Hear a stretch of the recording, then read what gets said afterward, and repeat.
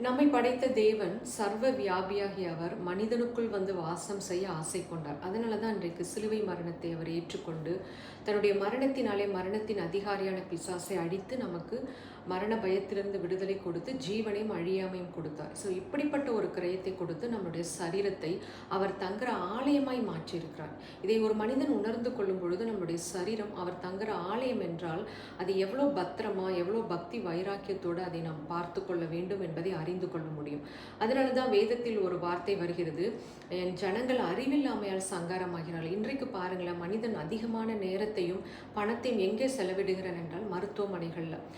விதவிதமான வியாதிகள், மிக பிரமாண்டமான மருத்துவமனைகள் நம்மை சுற்றி நிறைய வந்திருக்கிறத பார்க்க முடியுது. அதில் பார்த்தீங்கன்னா நிறையா பேஷண்ட்ஸ் நிரம்பி வழிகிறாங்க. சின்ன குழந்தைங்களிலிருந்து வயதானவர்கள் வரை.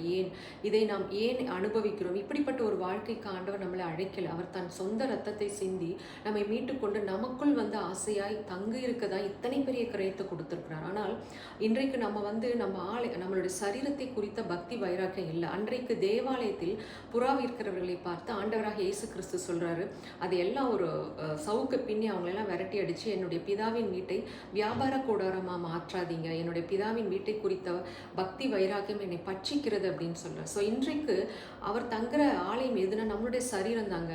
அப்போ நமக்குள்ள வந்து ஆசையா தங்கணும்னா இவ்வளோ பெரிய கிரயத்தை கொடுத்தாரு. ஆனால் இன்றைக்கு நம்ம அந்த அறிவு இல்லாமல் வியாதிகளின் இருப்பிடமாய் நம்ம மாற்றி இருக்கிறோம். ஸோ ஏன் வியாதிகள் வந்து நம்முடைய சரீரத்தில் தங்கி இருக்கிறது என்றால் அவரை குறித்த அறிவு இல்லாததுனால தான். ஸோ இன்றைக்கு நீங்கள் எப்படிப்பட்ட ஒரு வியாதிகளோடு கஷ்டப்பட்டுட்டு இருந்தாலும் சொல்லுங்கள், இந்த சரீரம் என்பது அவர் தங்குற ஆலயம். அன்றைக்கு ஏசப்பா எப்படி ஒரு பக்தி வைராக்கியத்தோட அந்த கல்லர் குகையாய் மாற்றாதீர்கள் அப்படின்னு சொல்லிட்டு அந்த வியாபாரிகள் எல்லாம் அடித்து விரட்டினாங்களோ, இன்றைக்கு இயேசுவின் நாமத்தினாலும் அவருடைய இரத்தத்தின் வல்லமையினாலும் உங்கள் சரீரத்தில் இருந்து எல்லா வியாதிகளையும் விரட்டி அடிங்கள். இந்த சரீரம் என்பது தேவன் தங்குற ஆலயம்.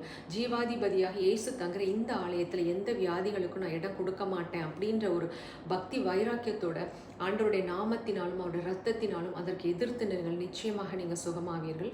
ஜெபிப்போம். அன்புள்ள தகப்பனே, அப்பா எங்களுக்குள்ள வந்து வாசம் செய்ய ஆசை கொண்டு சிலுவைக்கு இறங்கி வந்து எவ்வளோ பெரிய கிரயத்தை கொடுத்தீங்கப்பா. இன்றைக்கு உங்களுடைய ஆலயம் என்பது எங்களுடைய சரீரம் தான். அதை நாங்கள் உணர்ந்து பார்த்து இன்றைக்கு நாங்கள் எதிர்த்து நிற்கிறோம். எங்கள் சரீரத்தை கெடுக்கக்கூடிய எல்லாவித வியாதிகளையும் பலவீனங்களையும் ஆண்டவரை எதிர்த்து நிற்கிறோம். இந்த நேரத்தில் ஜீவாதிபதியாக இயேசுவை நீங்கள் வந்து ஒவ்வொரு பிள்ளைகளுடைய சரீரத்திலும் தங்குவீராக. எப்படிப்பட்ட வியாதிகளும் இப்பொழுது விலகி ஓடட்டும் அப்பா. நீரே அந்த சரீரத்தில் மகிமைப்படுவீராக தகப்பனே.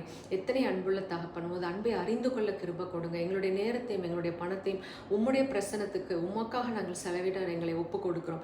வியாதிகளுக்கோ மருத்துவமனைகளுக்கோ அல்லப்பா, ஒவ்வொருவரையும் நீர் ஆசீர்வதித்து சுகமாக்கினதற்காக நன்றி ஆண்டவரே. இயேசு கிறிஸ்துவின் நாமத்தில் ஜெபிக்கிறேன் நல்ல பிதாவே.